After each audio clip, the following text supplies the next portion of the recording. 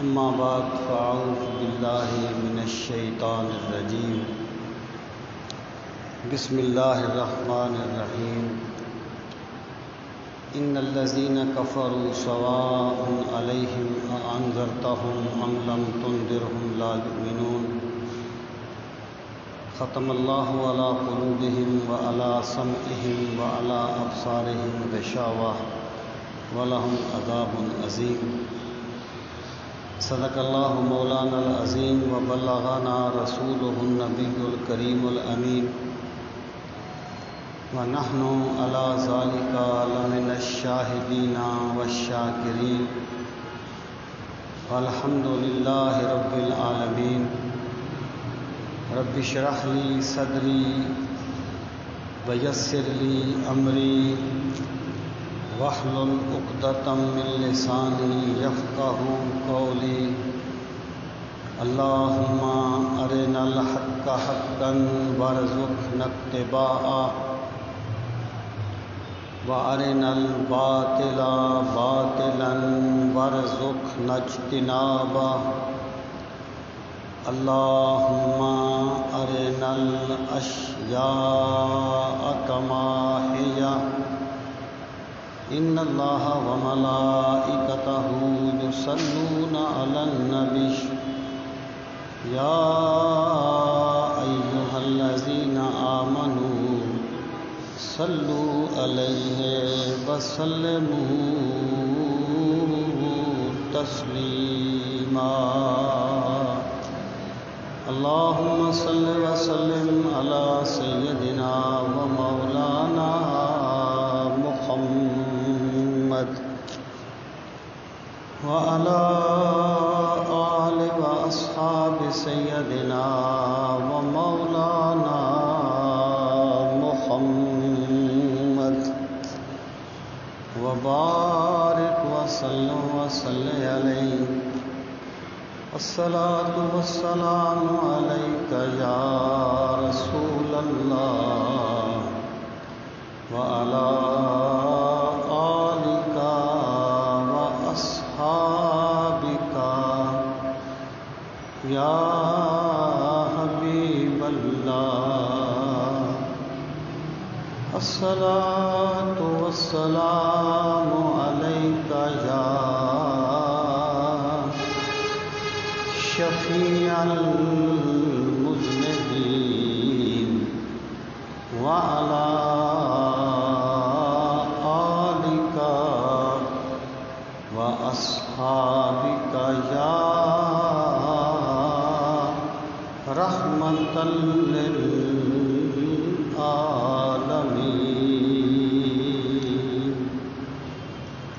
انتہائی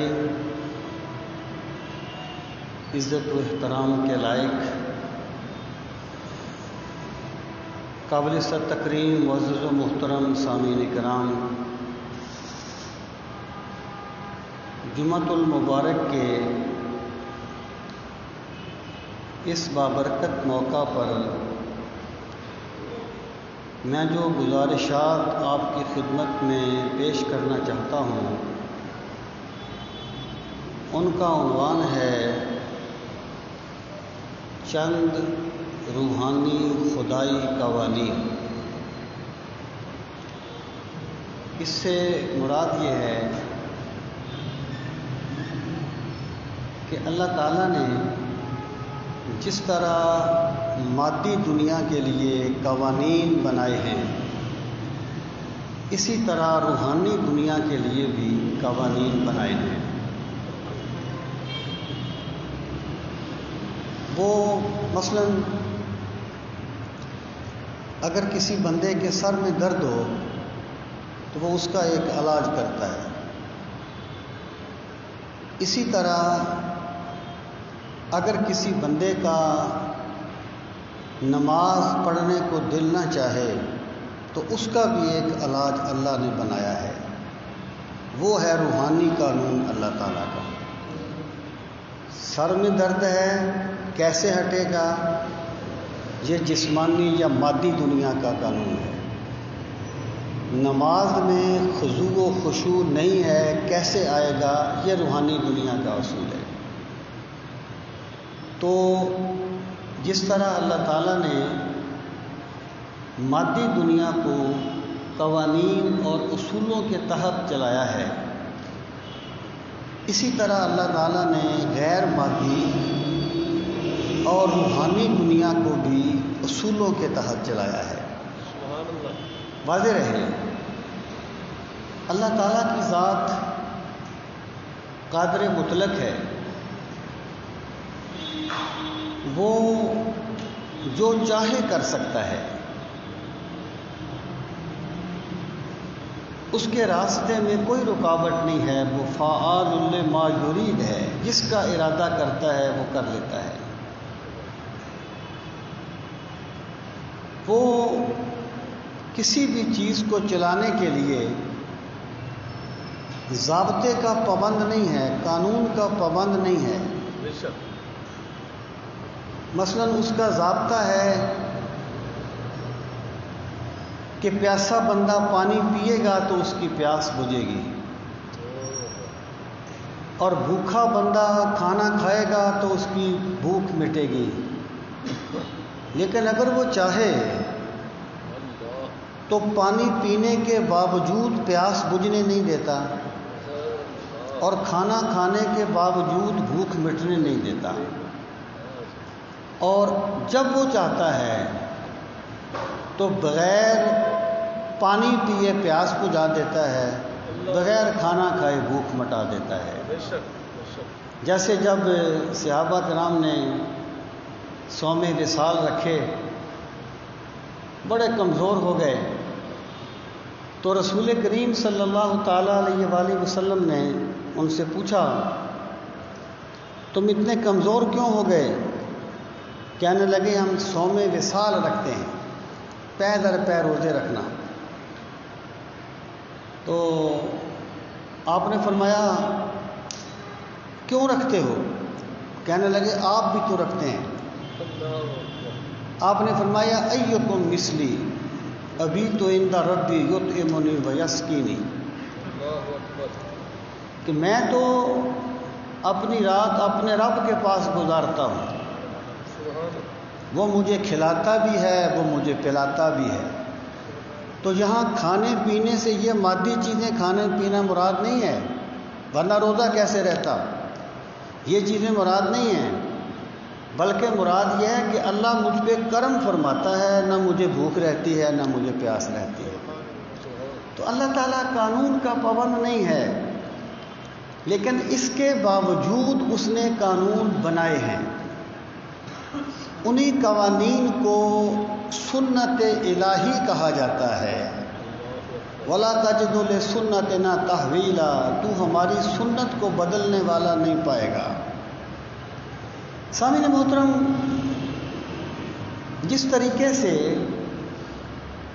اللہ تعالیٰ نے مادی دنیا کو قوانین کے تحت چلایا ہے، اب دیکھیں نا، مادی دنیا کا ایک ضابطہ ہے کہ بھئی تو جو کر سکتا ہے وہ کر، جو کسر رہ جائے گی وہ اللہ پوری کرے گا۔ اب ایک بندے کے پاس پانی کا گلاس تو پڑا ہے، اللہ کا قانون یہ ہے کہ اس کو اٹھا کے پی تو تیری پیاس بجھے گی۔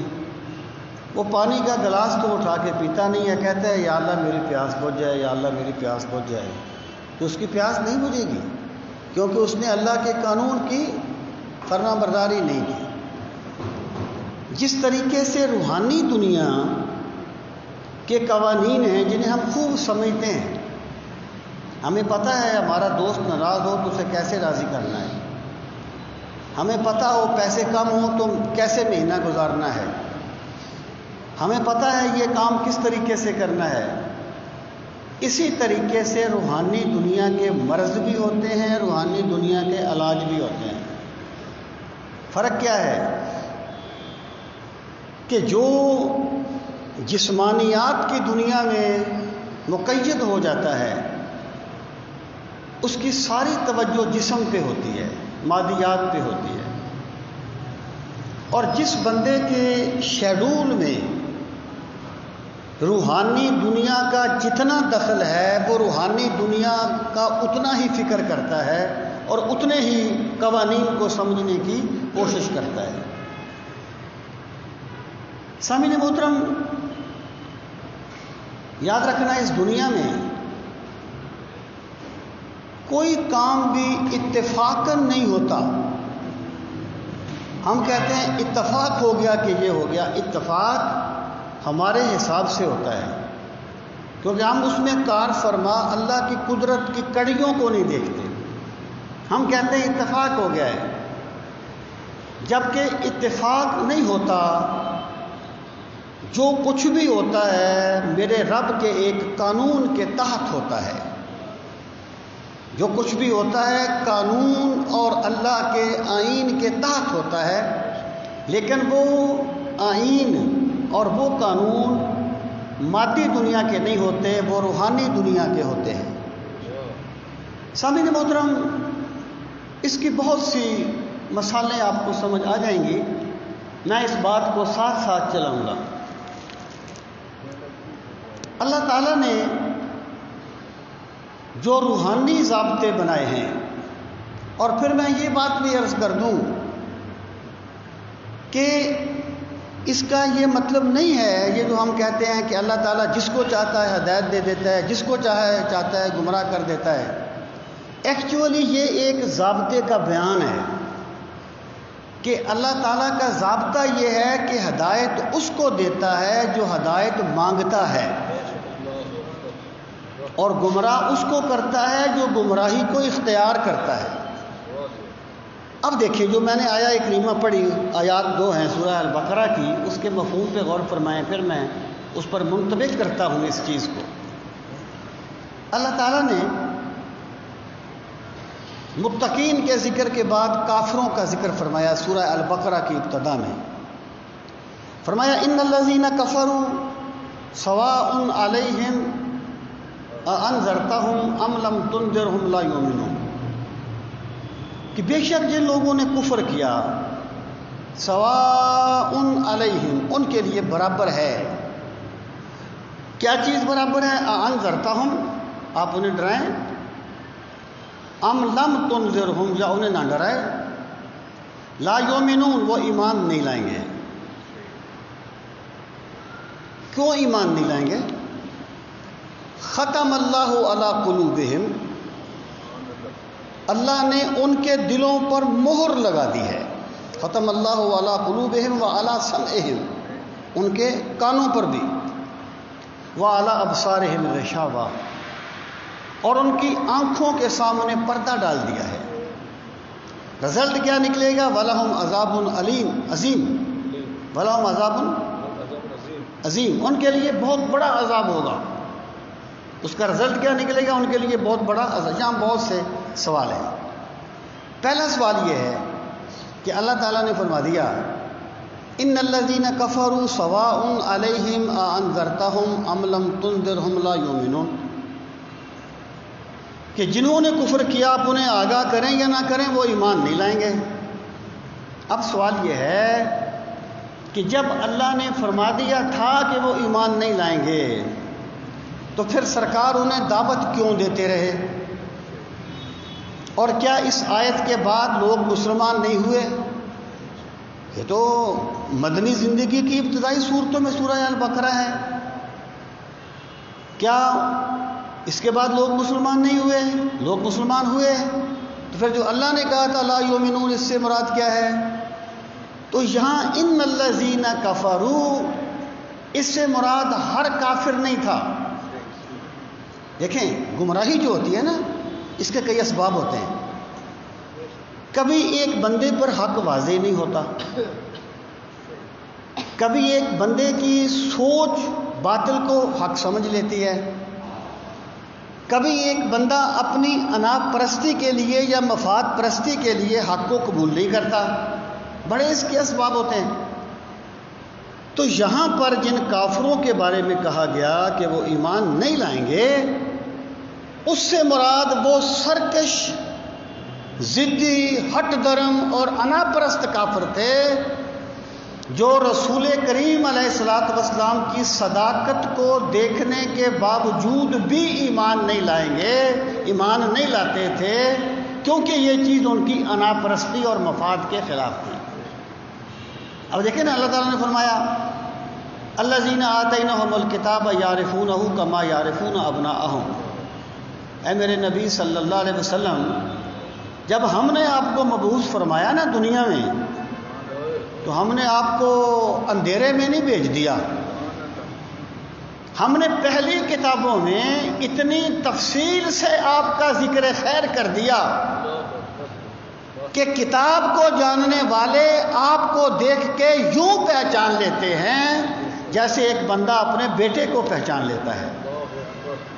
یعنی بیٹا دور سے آئے، چہرہ نظر نہ بھی آئے تو شفقت پدری بتا دیتی ہے کہ میرا بیٹا آ رہا ہے۔ مانے کیوں نہیں؟ ان کے مفاد تھے۔ حضرت صفیہ کہتی نا، جب میرا والد اور چچا چلے گئے سرکار سے ملنے کے لیے کہ دیکھیں وہ کیا ہے، تو جب رات کو واپس آئے تو میرے والد نے، میرے چچا نے میرے والد سے کہا کیا یہ وہی ہیں جن کا تذکرہ تورات و انجیل میں ہے؟ تو اس نے کہا ہاں وہی ہیں۔ ان کا پھر ہم مانتے کیوں نہیں، مان کیوں نہ لیں؟ کہنے لگا اللہ کی قسم جب تک ہم زندہ رہیں گے نہیں مانیں گے، نہیں ایمان لائیں گے۔ اب دیکھیں جو مخلص بندہ ہوتا ہے نا وہ تجارت نہیں کرتا۔ تجارت مینس یہ دعوت و ارشاد کی تجارت، میں کوئی دوسری تجارت کی بات نہ کر لینا۔ یعنی مخلص بندہ اس طریقے سے نہیں کرتا کہ جب بندہ میری بات مانے تو میں اس کا فکر کروں، جب مانے نہیں تو بھاڑ میں جائے۔ مخلص بندہ اس طریقے سے نہیں کرتا۔ جیسے ماں کا اگر بیٹا بگڑ جائے تو ماں کڑتی رہتی ہے نا، اس طرح اللہ کے نبی کافروں کے کفر کا خیال کر کے کڑتے رہتے تھے۔ اسی شدت احساس کو اللہ نے بیان کیا، فَلَعَلَّكَ بَاخِعٌ نَفْسَكَ أَلَّا يَكُونُوا مُؤْمِنِينَ۔ اے میرے پیغمبر صلی اللہ علیہ وسلم، کیا آپ اپنی جان پر کھیل جائیں گے اس غم میں کہ یہ لوگ ایمان نہیں لاتے؟ تو جو لوگ ضدی تھے، سرکش تھے، وہ اپنی اناپرستی کی وجہ سے ایمان نہیں لاتے تھے، تو سرکار کو اس کا دکھ ہوتا تھا کہ یہ جہنم سے کیوں نہیں بچتے، یہ ایمان کیوں نہیں لاتے۔ تو اللہ پاک نے فرما دیا میرے محبوب صلی اللہ علیہ وسلم یہ لوگ کبھی ایمان نہیں لائیں گے، آپ انہیں آگاہ کریں یا نہ کریں یہ کبھی ایمان نہیں لائیں گے۔ مطلب کیا ہے؟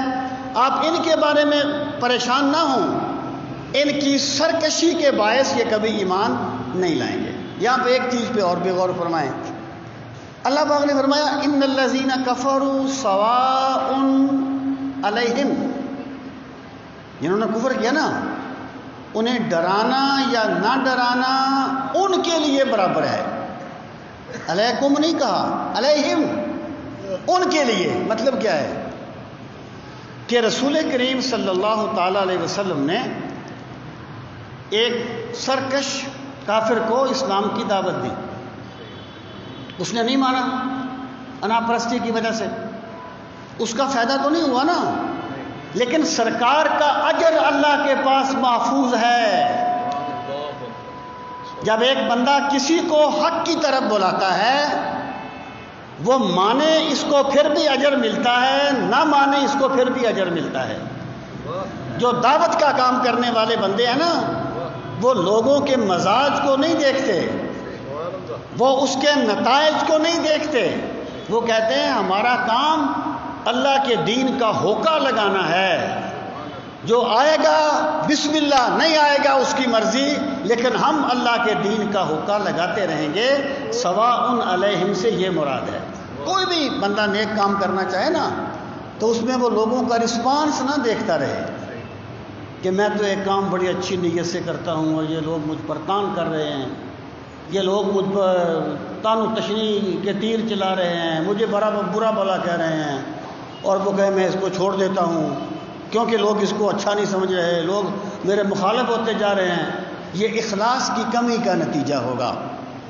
سواء علیہم کا مطلب یہ ہے کہ جب بھی کوئی بندہ کسی کو اللہ کی طرف بلائے گا، اللہ نے اپنے پیغمبروں کو بھی نتائج کا مکلف نہیں کیا تھا، نتائج کا مکلف نہیں کیا تھا کہ تم نے لازمی طور پہ لوگوں کو مسلمان کرنا ہے، اس کا حکم نہیں تھا. حکم کیا تھا؟ وما علینا الا البلاغ المبین وهل علی الرسل الا البلاغ المبین. ہمارے انبیاء کا کام یہ تھا کہ لوگوں تک اللہ کا پیغام پہنچا دیں. بس وہ لوگ مانیں نبی پھر بھی کامیاب ہیں، وہ نہ مانیں نبی پھر بھی کامیاب ہیں. جو بندہ یہ کہتا ہے کہ استغفر اللہ رسول اللہ تعالیٰ کے انبیاء کامیاب نہیں ہوئے، وہ کوئی، میں اسے کیا کہوں، کوئی جاہل آدمی ہے. اس کو یہ سمجھ نہیں ہے کہ انبیاء کا منصب کیا تھا، انبیاء کا فریضہ کیا تھا. تو سواء علیہم میں یہ چیزیں بیان کر دی گئی. آگے فرمایا ختم اللہ علی قلوبہم، اللہ نے ان کے دلوں پر مہر لگا دی. یہ جو ختمہ کا لفظ ہے نا، ختمہ کا، اسی سے خاتم النبیین کا لفظ ہے. اس کا معنی کسی چیز کو سٹیمپ کرنا نہیں ہوتا. یعنی ایک کاغذ ہے، فوٹو سٹیٹ ہے، کسی نے اس کو سٹیمپ کر کے اٹیسٹ کر دیا، اس کو ختمہ نہیں کہتے. وہ جو پاگل کے بچے کہتے رہتے ہیں نا کہ سرکار انبیاء کی مور ہیں. اب جو نبی بنتے ہیں وہ سرکار کی مور سے بنتے ہیں، جھوٹ بولتے ہیں، بکواس کرتے ہیں. ختمہ کا یہ معنی ہی نہیں ہے. ورنہ مجھے بتاؤ جہاں اس کا کیا مطلب ہوگا ختم اللہ علی قلوبہم. ختمہ کا معنی ہوتا ہے سیل کر دینا کسی چیز کو. یعنی جب آپ ایک سیکرٹ چیز کو ایک لفافے میں بند کر کے اوپر وہ لاک لگا کے اس کو وہ ٹھپا مارتے ہیں نا، اس کو کہتے ہیں ختمہ، اس کو کہتے ہیں سیل کرنا. تو ختم اللہ علی قلوبہم کا مطلب کیا ہے کہ اللہ نے ان کے دلوں کو بند کر کے اوپر مور لگا دی ہے، ٹھپا کر دیا ہے. اب یہ ایمان نہیں لا سکتے. یہ نہ کہیں کہ ہم ایمان لاتے ہی نہیں ہیں، اللہ انہیں ایمان لانے ہی نہیں دیتا. محبت کے لیے چند دل مخصوص ہوتے ہیں. یہ وہ نغمہ ہے جو ہر ساز پہ گایا نہیں جاتا. اللہ اپنی محبت ہر کسی کو عطا نہیں کرتا، اس کو عطا کرتا ہے جس کا دل صاف ہوتا ہے. اللہ نے ان بد نیتوں پر ہدایت کے دروازے بند کر دیے ہیں. ختم اللہ علی قلوبہم وعلی سمعہم، اور ان کے کانوں پر بھی مور لگا دی ہے، ٹھپا لگا دیا ہے. وعلی ابصارہم غشاوہ، اور ان کی آنکھوں پر پردہ ڈال دیا ہے. اب دیکھیں اسلوب بدل دیا. جب سماعت اور قلوب کا ذکر آیا تو سٹیمپ کیا، اس کو مور لگائی، ٹھپا لگایا. اور جب دیکھنے کا ذکر ہوا تو اسلوب بدل دیا، پردہ ڈال دیا. یہ نہیں کہ ہم نے مور لگا دی، پردہ ڈال دیا. اس اسلوب کو کیوں بدلا؟ اسلوب کو اس لیے بدلا کہ دل میں جو خیالات آتے ہیں وہ کہیں سے بھی آ سکتے ہیں، دائیں بائیں، آگے پیچھے، اوپر نیچے آ سکتے ہیں. کان میں جو آواز آتی ہے وہ کہیں سے بھی آ سکتی ہے، جبکہ آنکھیں صرف سامنے سے دیکھتی ہیں. تو اللہ تعالیٰ نے دلوں پر اور کانوں پر ٹھپا لگا دیا اور سامنے پردہ ڈال دیا تاکہ حق کو دیکھ ہی نہ سکیں. اب سامعین محترم، میرا سوال یہ ہے کہ جب اللہ نے ان کے دلوں پر مہر لگا دی، اللہ نے ان کے کانوں پر مہر لگا دی، اللہ نے ان کے آنکھوں پر پردہ ڈال دیا. اب اگر آپ ایک بندے کی آنکھیں باندھ دیں اور پھر کہیں تو دیکھتا کیوں نہیں ہے، تو زیادتی نہیں ہے. آنکھیں تو آپ نے اس کی باندھ دی ہیں، اب دیکھیں کیسے. جب اللہ نے ان کے دلوں پر ٹھپا لگا دیا، ان کے کانوں پر ٹھپا لگا دیا، ان کی آنکھوں کے سامنے پردہ ڈال دیا، تو وہ دیکھیں گے کیسے، وہ سنیں گے کیسے، وہ سمجھیں گے کیسے؟ یہی وہ چیز ہے جو میں بیان کرنا چاہتا ہوں. قرآن ایک اصول ہے تفسیر کا، القرآن یفسر بعضہ بعضا، کہ قرآن جو ہے نا، قرآن وہ بعض کی تفسیر کرتا ہے. یعنی قرآن جو ہے اپنا مطلب خود بیان کر دیتا ہے دوسرے موقع پر. ہمارے استاد گرامی فرمایا کرتے تھے کہ جب کوئی قرآن کے بارے میں شبہ ہو تو ذرا اس کے آگے پیچھے کے پڑھا کرو، آپ کو پتہ چل جائے گا اس کا جواب کیا ہے. اور بہت گہری بات ہے. سامعین محترم، اب میں یہ عرض کرنا چاہتا ہوں کہ یہاں پر اللہ تعالیٰ نے جو فرمایا نا کہ ان کے دلوں پر ہم نے وہ مور لگا دیا ہے، کانوں پر مور لگا دیا ہے، آنکھوں پر پردہ ڈال دیا ہے، قرآن کریم اور سنت کے مقامات یہ واضح کرتے ہیں کہ ان کے ایمان نہ لانے کا سبب مور نہیں تھی، ان کے نہ دیکھنے کا سبب پردہ نہیں تھا، بلکہ مہر ان کی ہٹ درمی کے باعث لگی اور پردہ ان کی ہٹ درمی کے باعث ڈالا گیا بطور سزا کے۔ مراد کیا ہے؟ جیسے سرکار نے فرمایا کہ جب بندہ ایک گناہ کرتا ہے تو اللہ تعالیٰ اس کے دل پر ایک سیاہ نقطہ ڈال دیتا ہے۔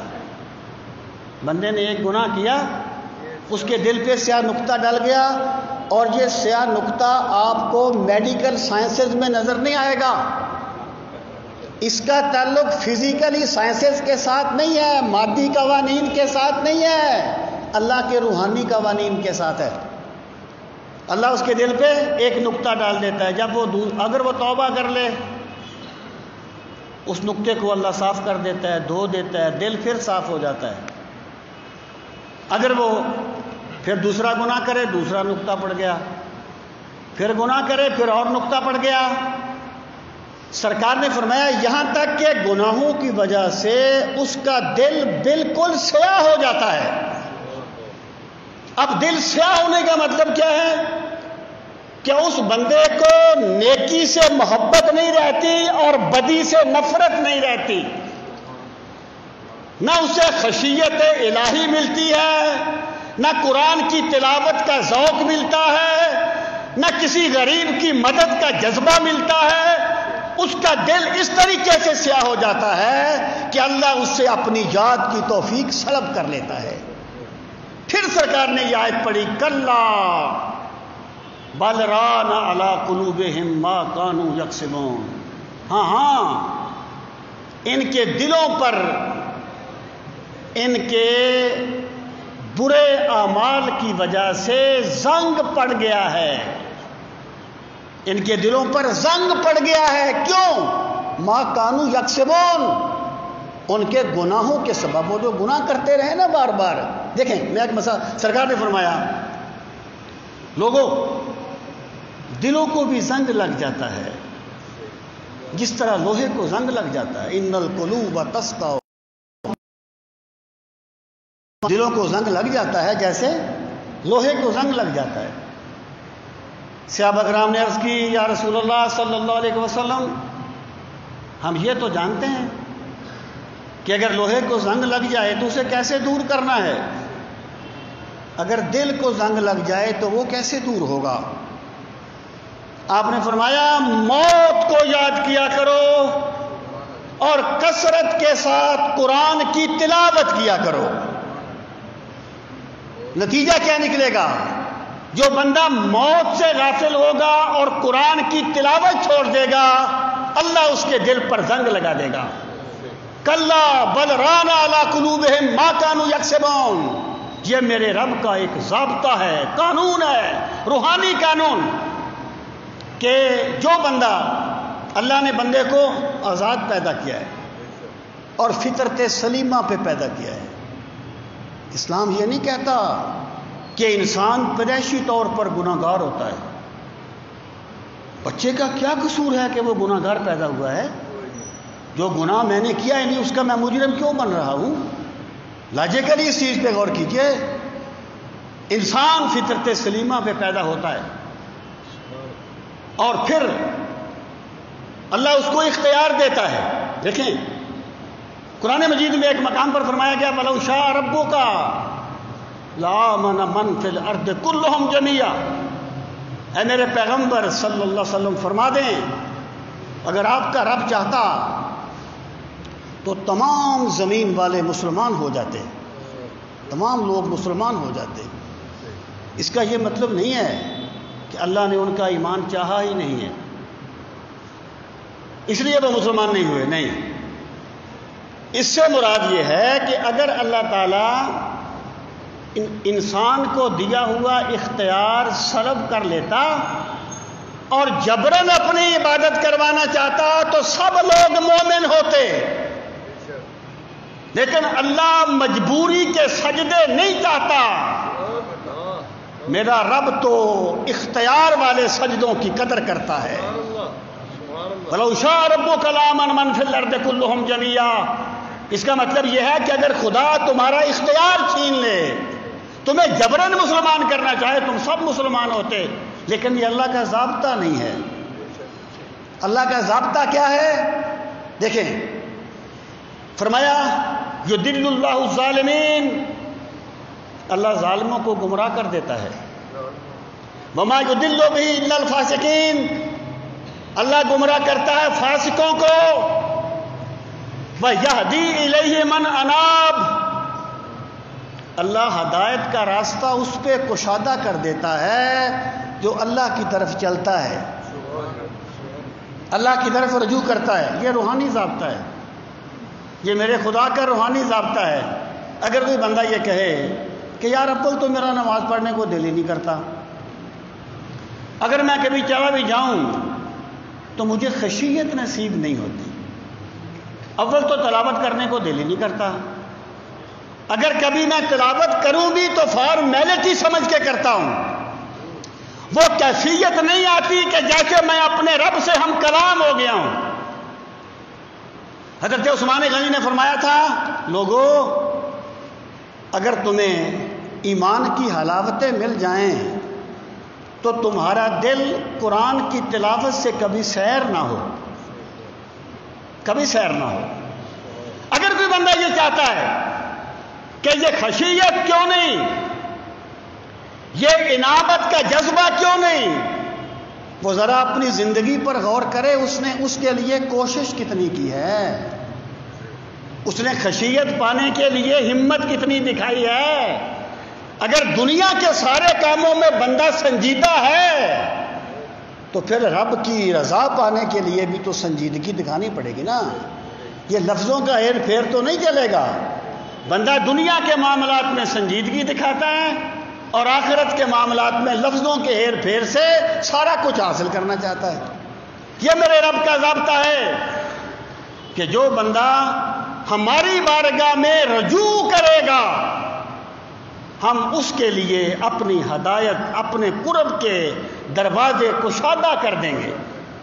والذین جاہدوا فینا لنہدینہم سبلنا، جو بندہ ہماری رضا کے لیے سر توڑ کوشش کرتا ہے، لنہدینہم سبلنا، ہم اس کے لیے اپنے قرب کی شاہراہیں کشادہ کر دیتے ہیں۔ دروازہ اسی کے لیے کھلتا ہے جو کھٹکھٹاتا ہے، منزل اسی کو ملتی ہے جو منزل پہ چلتا ہے، اور جھولی اسی کی بھری جاتی ہے جو پھیلا دیتا ہے۔ یہ میرے رب کا ضابطہ ہے۔ میں اشارہ کرتا ہوں، تیسرے پارے میں اللہ تعالیٰ نے پہلے نمرود کا واقعہ بیان کیا۔ حضرت ابراہیم علیہ السلام نے جب اس کے سامنے کہا کہ میرا خدا وہ ہے جو زندہ کرتا ہے اور مارتا ہے، اس نے ایک بے گناہ کو قتل کر دیا، پھانسی دے دی، اور گناہ گار کو جو جس پر قتل کی سزا تھی اس کو آزاد کر دیا۔ اس نے کہا یہ کام تو میں بھی کرتا ہوں۔ پھر آپ نے فرمایا میرا خدا وہ ہے جو سورج کو مشرق سے نکالتا ہے، اگر تو خدا ہے تو سورج کو مغرب سے نکال، اگر تو خدا ہے تو سورج کو مغرب سے نکال۔ ایک صاحب نے مجھے ایک بات کہی، کہنے لگا جو مناظر ہوتا ہے نا، مناظر، وہ اپنی دلیل سے پیچھے نہیں ہٹتا، وہ ایک دلیل دے نا اس کو ثابت کرتا ہے، اس سے پیچھے نہیں ہٹتا، ڈٹ جاتا ہے اس پہ، اس کی صداقت کے لیے مزید دلائل دیتا ہے۔ تو حضرت ابراہیم اپنی دلیل سے پیچھے کیوں ہٹ گئے؟ جب اس نے کہا میں زندہ کرتا ہوں، میں مارتا ہوں، آپ اس کی وضاحت کرتے ہیں۔ آپ نے اس طرح تو نہیں کیا، آپ نے دوسری دلیل دے دی۔ وہ کہنے لگا اس لیے کہ کسی کو لاجواب کرنا مشکل نہیں ہوتا، کسی کو قائل کرنا مشکل ہوتا ہے۔ ایک مناظر کسی کو لاجواب کرتا ہے جبکہ دائی کسی کو قائل کرتا ہے۔ حضرت ابراہیم مناظر نہیں تھے، دائی تھے، اللہ کی طرف بلانے والے تھے۔ انہوں نے ایسی بات کہی جس کا اس کے پاس کوئی جواب نہیں تھا۔ اب دیکھیں، فَبُہِتَ الَّذِي کفر، اللہ فرماتا ہے اس کافر کے ہوش اڑ گئے، مبہوت ہو گیا، لیکن مانا نہیں، دلیل کے سامنے بے بس ہو گیا، مانا نہیں، کیونکہ اللہ کا ضابطہ یہ ہے کہ مانتا وہی ہے جو ماننا چاہے گا، ماننے کی توفیق اسی کو دی جائے گی جو ماننے کی طلب لے کے آئے گا۔ ورنہ حضرت ابراہیم نے آگ کو گلزار بنا دیا، نمرود نے کلمہ پڑھ لیا تھا، رسول کریم علیہ الصلوۃ والسلام نے چاند کو شک کر دیا، ابو جہل نے کلمہ پڑھ لیا تھا۔ نہیں، ماننے کا تعلق دلیل کے ساتھ کم ہوتا ہے، طلب کے ساتھ زیادہ ہوتا ہے۔ جو ماننے کی طلب لے کے آئے تھے نا، وہ میرے آقا کا روئے زیبا دیکھ کر ہی کلمہ پڑھ اٹھے تھے کہ اتنا نورانی مکھڑا کسی جھوٹے کا ہو ہی نہیں سکتا۔ تو اللہ فرماتا ہے کافر مبہوت ہو گیا، واللہ لا یہدی القوم الظالمین، اللہ ظالموں کو ہدایت نہیں دیتا۔ مراد کیا ہے کہ جو بندہ سرکشی کے راستے پر چلے، جو بات میں لاجواب ہو کر بھی ماننا نہ چاہے، اللہ اس پہ ہدایت ٹھونس نہیں دیتا، اللہ اس پہ ہدایت مسلط نہیں کر دیتا۔ اور پھر اگلی آیت میں حضرت عزیر کا واقعہ بیان کیا، ایک بستی کو دیکھا، کہنے لگے مولا کیسے زندہ کرے گا؟ ان کو شک نہیں تھا، وہ اپنی ایک بات تھی جس کا وہ تعجب کا اظہار کر رہے تھے، مولا تو زندہ تو کرے گا لیکن کیسے کرے گا؟ تعجب کا اظہار تھا۔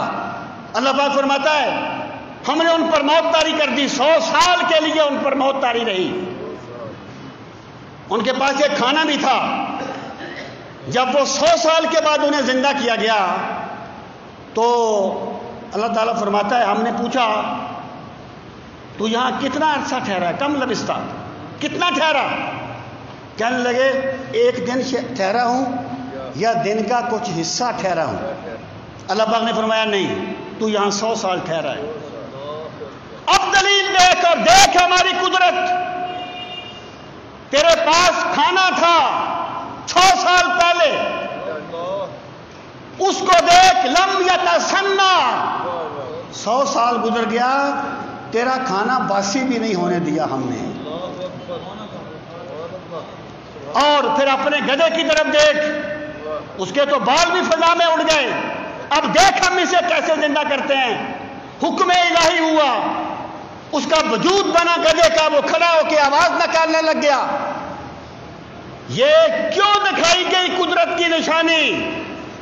کہ وہ بندہ طلب صادق رکھتا تھا، وہ انکار کرنے والا نہیں تھا، کہ جب چاند شک ہوا دیکھا، کہنے لگے یہ تو جادو ہے، وہ ماننے کی طلب رکھتا تھا۔ اور پھر ذکر کیا حضرت ابراہیم کا کہ ابراہیم علیہ السلام نے کہا مولا مردوں کو کیسے زندہ کرے گا؟ اللہ پاک نے فرمایا اولم تؤمن، تجھے یقین نہیں ہے؟ تو حضرت ابراہیم فرماتے ہیں، عرض کرتے ہیں مولا مجھے یقین تو ہے، ولیکن لیطمئن قلبی، میں اپنے دل کا اطمینان چاہتا ہوں۔ پیغمبر کوئی پہلے اطمینان نہیں رکھتے تھے، جدو الانبیاء ہیں ان کی، تو جب اللہ نے دعوت کا آغاز کیا تو انہیں زمین پہ کھڑا کر کے عرش تک کا منظر دکھا دیا، تحت الثری تک کا منظر دکھا دیا تھا۔ وَكَذَلِكَ نُرِي إِبْرَاهِيمَ مَلَكُوتَ السَّمَاوَاتِ وَالْأَرْضِ وَلِيَكُونَ مِنَ الْمُوقِنِينَ، ہم نے انہیں زمین و آسمان کی بادشاہی دکھائی، کس لیے؟ تاکہ وہ یقین کرنے والوں میں سے ہو جائیں، یقین کرنے والوں میں سے۔ تو کیا پہلے یقین نہیں تھا؟ پہلے بھی یقین تھا، لیکن یقین کی منزل کی کوئی حد نہیں ہوتی۔ اقبال نے کہا تھا نا، تیرے عشق کی انتہا چاہتا ہوں، میری سادگی دیکھ کیا چاہتا ہوں، اس کی انتہا نہیں ہوتی۔ تو اللہ کا ضابطہ کیا ٹھہرا کہ جو بندہ اپنے تعجب کو دور کرنے کے لیے اللہ کی بارگاہ میں عرض کرے گا، ہم اس کا تعجب دور کریں گے. اور حضرت ابراہیم کا پھر واقعہ بیان کیا کہ یقین نہیں ہے، کہا مولا یقین تو ہے، لیکن میں یہ چاہتا ہوں مجھے اور اضافہ ہو میرے یقین میں. اللہ بارک میں 4 پرندے لے لے، ان پرندوں کو ذبح کر، ان کے گوشت کو مکس کر، ان قیمہ بنا لے ان کے گوشت کا، اور اسے مختلف پہاڑوں پر پھینک دے. پھر انہیں بلا، دیکھ وہ پرندے تیرے پاس بھاگتے ہوئے آئیں گے. کچھ لوگوں پر نا عقلیت بڑی غالب ہوتی ہے، وہ سمجھتے نہیں ہیں کہ اسلام، اس میری بات کو یاد رکھنا، اسلام عقل کا انکار نہیں کرتا. اسلام عقل کو اللہ کی بہت بڑی نعمت کہتا ہے، لیکن اسلام عقل کی حدود کا تعین کر دیتا ہے. یؤمنون بالغیب پہلے سطر میں، سورہ بقرہ کی پہلی سطر میں اللہ نے عقل کو بے بس نہیں کیا تھا، اللہ نے عقل کی مذمت نہیں کی تھی، اللہ نے عقل کی حد کو بیان کر دیا تھا کہ عقل ایک حد تک ہوتی ہے، اس کے بعد پھر غیب کا معاملہ ہے اور وہ نبوت کا معاملہ ہے. وہ کہتے ہیں کہ جناب ایسے نہیں ہوا تھا کہ حضرت ابراہیم نے 4 پرندے ذبح کر کے ان کا قیمہ بنا لیا تھا، بلکہ اللہ پاک نے فرمایا تھا ان پرندوں کو مختلف جگہ پر چھوڑ دو، تو انہیں بولا، وہ بھاگے بھاگے تمہاری طرف آئیں گے. بھائی سوال یہ ہے کہ دیکھیں، یہ تو آپ بکری کو بھی مانوس کر لیں نا. بکری کو، وہ ہمارے گاؤں میں ایک اللہ اس کے درجات بلند کرے، بابا کریمو اس کا نام تھا، اس کی بکریوں کا ریوڑ تھا. وہ کہتا تھا گوری بیٹھ جا، تو گوری بکری بیٹھ جاتی تھی. تو یہ تو کسی کو مانوس کر لیا جائے تو ہوتا ہے. دوسری بات یہ ہے کہ حضرت ابراہیم علیہ السلام کا تو سوال یہ نہیں تھا کہ پرندے مانوس ہوتے ہیں کہ نہیں، ان کا سوال ہی یہ تھا کہ مرنے کے بعد کیسے زندہ ہوں گے. اگر پرندوں کو ذبح نہیں کیا گیا تھا پھر مجھے بتایا جائے ابراہیم علیہ السلام کا وہ سوال کیسے دور ہوگا. اللہ پاک نے فرمایا پرندوں کو ذبح کر لے، گوشت مکس کر دے، پھینک دے، پھر ان کو ابا یا اتینا کا سایہ، تیری طرف بھاگتے ہوئے آئیں گے، بھاگتے ہوئے آئیں گے. اب دیکھیں، پرندے کی نیچر میں اڑنا ہے، بھاگنا نہیں ہے. کبوتر اڑتا ہے، بھاگتا نہیں ہے. پرندے طیر کہتے ہی اڑنے کو ہیں. طیارہ اسی سے نکلا ہے، طیارہ ہوا میں اڑنے والا جہاز. پرندے کی نیچر میں بھاگنا نہیں ہے، اڑنا ہے. یہ پرندے بھاگتے ہوئے کیوں آئے؟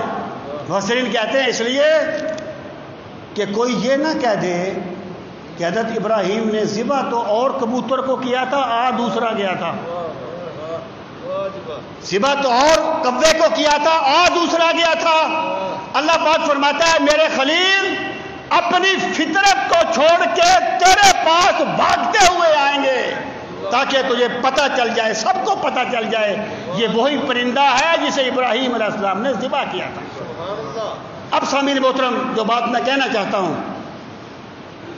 یہ ہے اللہ کا ضابطہ کہ نمرود بے بس ہو گیا، مانا نہیں. مطلب کیا ہوا؟ جو بندہ ڈٹ جائے گمراہی پر اللہ اسے کبھی ہدایت نہیں دیتا.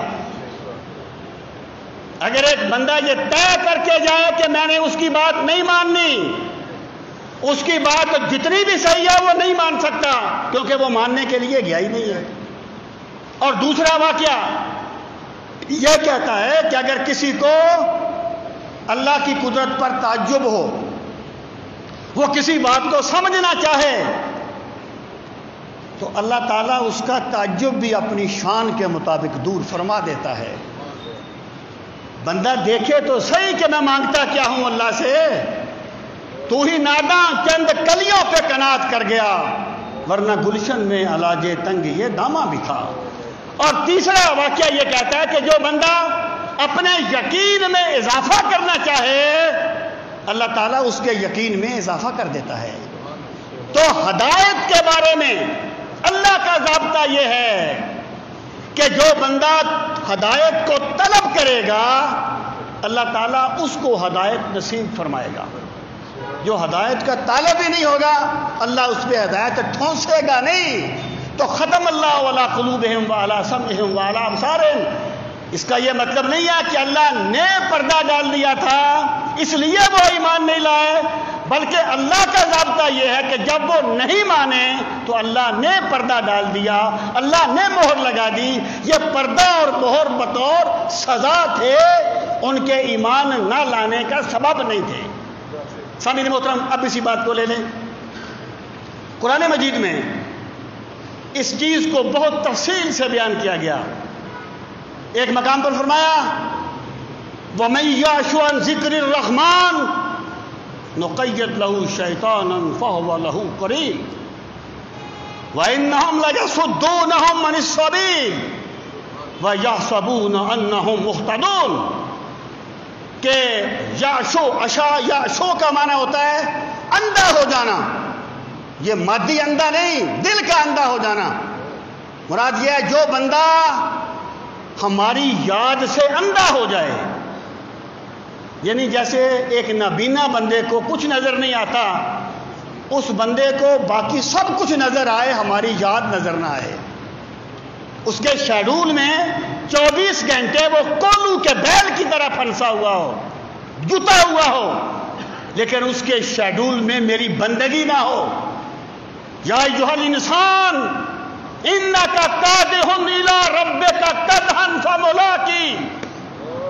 اے انسان، تو نے زندگی میں کھپنا ہے، تو نے کھپتے کھپاتے میری بارگاہ میں پہنچنا ہے. یہاں ہر بندہ کھپتا ہے، بادشاہ بھی کھپتا ہے، فقیر بھی کھپتا ہے. یہاں کسی کے پاس ٹائم نہیں ہے، بہن بیٹی کو ملنے کے لیے ٹائم نہیں ہے، اتنے ہم مصروف ہیں. لیکن کبھی ہمیں سوچنا چاہیے ہماری مصروفیات میں اللہ کی رضا کتنے فیصد ہے، اللہ کا دین کتنے فیصد ہے، آخرت کتنے فیصد ہے. اللہ فرماتا ہے جو ہماری یاد سے اندھا ہو جاتا ہے نقیض لہ شیطانا، قید مسلط کر دینا، ہم اس پہ ایک شیطان مسلط کر دیتے ہیں. وَهُوَ قَرِينٌ، اور پھر وہ شیطان اس کا ساتھی ہوتا ہے. پھر کیا ہوتا ہے؟ وَإِنَّهُمْ لَيَصُدُّونَهُمْ عَنِ السَّبِيلِ، پھر وہ شیطان انہیں روکتے ہیں سیدھے راستے سے. وَيَحْسَبُونَ أَنَّهُمْ مُهْتَدُونَ، اور وہ یہ گمان کرتے ہیں کہ ہم صحیح کام کر رہے ہیں. جب غلط اور صحیح کا شعور مٹ جائے تو بندہ سمجھ لے میں رب کی گرفت میں آ گیا ہوں.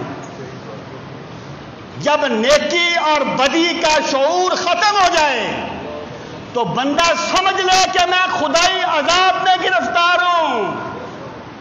یہاں اللہ کسی کو اس طرح عذاب نہیں دیتا کہ اس نے گناہ کیا ہے تو اللہ اس کی ٹانگ توڑ دے، بلکہ جب کوئی بندہ گناہ کرتا ہے اللہ اس سے ناراض ہوتا ہے تو اللہ اس سے اپنی یاد کی توفیق سلب کر لیتا ہے، اپنی بندگی کا ذوق اس سے چھین لیتا ہے. تو یہاں پر یہ بات واضح کی گئی. تو جو بندہ اللہ کی یاد سے غافل ہو جائے اس پہ شیطان مسلط ہو جاتا ہے، اور پھر وہ شیطان کی باتوں کو مانتا ہے، اور وہ غلط کر کے بھی سمجھتا ہے میں صحیح کر رہا ہوں، میں صحیح کر رہا ہوں. وہ جو حضرت بابشاہ سرکار کی بارگاہ میں آئے تھے اس لیے آئے تھے کہ سرکار سے پوچھیں یا رسول اللہ صلی اللہ علیہ وسلم ایمان کی سلامتی کی علامت کیا ہے؟ بندے کے نزدیک جو چیز بڑی قدر و قیمت کی حامل ہوتی ہے نا اس کے بارے میں بندہ بڑا پریشان رہتا ہے. اور صحابہ کا تزکیہ سرکار کی نظر نبوت نے کیا تھا. ان کے نزدیک باقی سب کچھ پیچھے تھا، ایمان آگے تھا. وہ آئے تھے پوچھیں حقیقت کیا ہے ایمان کی، تو سرکار نے انہیں بتایا اذا ساءت کا سیئۃ وسرت کا حسنۃ فانت مومن. اے میرے صحابی، جب تجھے نیکی کر کے خوشی ہو، جب تجھے نیکی کر کے فرحت محسوس ہو، تو نے اپنے خون پسینے کی کمائی رات کی تاریکی میں کسی یتیم کی ہتھیلی پہ رکھ دی، تجھے افسوس نہ ہو، تجھے خوشی ہو، میں نے اپنا مال اپنے پاک رب کے نام پہ لٹایا ہے۔ جب تجھے نیکی کر کے خوشی ہو اور اگر تجھ سے گناہ ہو جائے تو تجھے غم لگ جائے، فأنت مؤمن، تو تیرا ایمان سلامت ہے، تو مومن ہے۔ تو سامعین محترم، اللہ اس سے نیکی اور بدی کا شعور چھین لیتا ہے۔ جو بندہ اللہ کی یاد سے غافل ہوتا ہے، یہ میرے خدا کا ضابطہ ہے، یہ میرے رب کا روحانی قانون ہے، اور اس کا پازیٹو فرمایا، اس کا دوسرا پہلو بیان کیا، یا ایھا الذین آمنوا ان تتقوا اللہ یجعل لکم فرقانا، اے لوگو اگر تم اللہ سے ڈرتے رہو گے اللہ تمہیں فرقان عطا فرمائے گا۔ یعنی جب دیکھیے، میں آپ سے بارہا یہ بات کہہ رہا ہوں، بندہ کچھ نہیں ہے، سب کچھ اللہ ہے۔ میں بھی تو ہیں تے تو بھی تو ہیں تے بلا کون نہ مانا، بندہ کچھ نہیں، بندہ جو کرتا ہے وہ بھی اسی کی عطا سے کرتا ہے، لیکن اللہ کا ضابطہ یہ ہے کہ جس حد تک تجھے میں نے اختیار دیا ہے تو کر، جو کسر رہ جائے گی میں اپنے کرم سے پوری کر دوں گا۔ فضائے بدر پیدا کر، فرشتے کر، ان تتقوا اللہ سے مراد یہ ہے کہ زندگی میں جتنا تقوی تم اختیار کر سکتے ہو کرو، پھر تمہیں اللہ کیا دے گا؟ یجعل لکم فرقانا، اللہ تمہیں نعمت فرقان دے گا۔ فرقان کیا ہے؟ اے بصیرۃ فی قلوبکم تفرقون بہ بین الحق والباطل، اللہ تمہیں دل کا وہ نور عطا کر دے گا جس کے ساتھ تم باطل اور حق میں فرق کر سکو گے۔ تمہارا من اتنا سنور جائے گا، اتنا اجلا ہو جائے گا کہ تمہیں نیکی سے محبت ملے گی اور برائی سے نفرت پیدا ہو جائے گی تمہارے دلوں میں۔ لیکن اس کے لیے بھی کچھ کرنا پڑے گا۔ یعنی بندے کا المیہ کیا ہے؟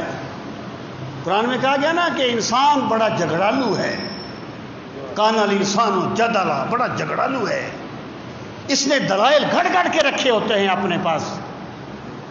یہ نماز نہیں پڑھے گا، پوچھیں کیوں نہیں پڑھتا؟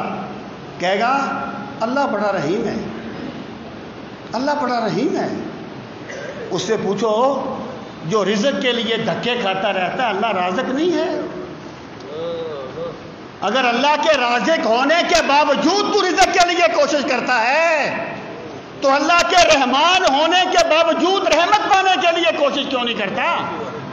عقل یار ہے، 100 بھیس بدل لیتی ہے، عشق بیچارہ نہ ملا ہے نہ زاہد نہ حکیم، یہ سب نفس کے ہیلے ہوتے ہیں۔ جو بندہ اللہ کو راضی کرنے کے لیے کوشش کرے گا اس کی شیڈول میں، ہم کہتے ہیں نا جی وہ اللہ کے بندے اب نہیں ہیں جی، وہ پہلے کوئی کرامتوں والے بزرگ ہوتے تھے، اب اللہ کے بندے نہیں ہیں۔ ہمیں سوچنا چاہیے ہم نے اللہ کے بندے ڈھونڈے کتنے ہیں، ہم نے کتنے سفر کیے ہیں کسی اللہ والے سے ملنے کے لیے، ہمارے شیڈول میں کتنا کسی اللہ والے کے پاس بیٹھنا ہے۔ میرے بھائی اگر طلب صادق ہو جائے تو اللہ کی دنیا کبھی اللہ کے پاک بندوں سے خالی نہیں رہی، اور جس دن اللہ والے نہ رہے دنیا نہیں رہے گی۔ بندے کو چاہیے کہ اپنے نفس کا محاسبہ کرتا رہے۔ اور میں اس بات کو حضرت بایزید بستامی کی بات پہ ختم کرتا ہوں۔ وہ کہتے ہیں جب میں پہلی مرتبہ حج کرنے کے لیے گیا تو میں نے گھر تو دیکھا، میں نے گھر والا نہیں دیکھا۔ اسے کہتے ہیں طلب۔ چھوٹے ظرف کا بندہ بڑی چھوٹی بات پہ خوش ہو جاتا ہے۔ حج کرنے جا رہا ہے، بے شک وہاں جا کے بھی جھوٹ بولتا رہے، وہاں جا کے بھی سویا رہے، بس حاجی صاحب کہلا لے گا بس 1.5 سال۔ طلب نہیں ہے۔ کہتے ہیں میں گیا، میں نے گھر تو دیکھا، میں نے گھر والا نہیں دیکھا۔ میں نے اپنے رب سے عرض کی مولا میں تو تیرے لیے آیا تھا۔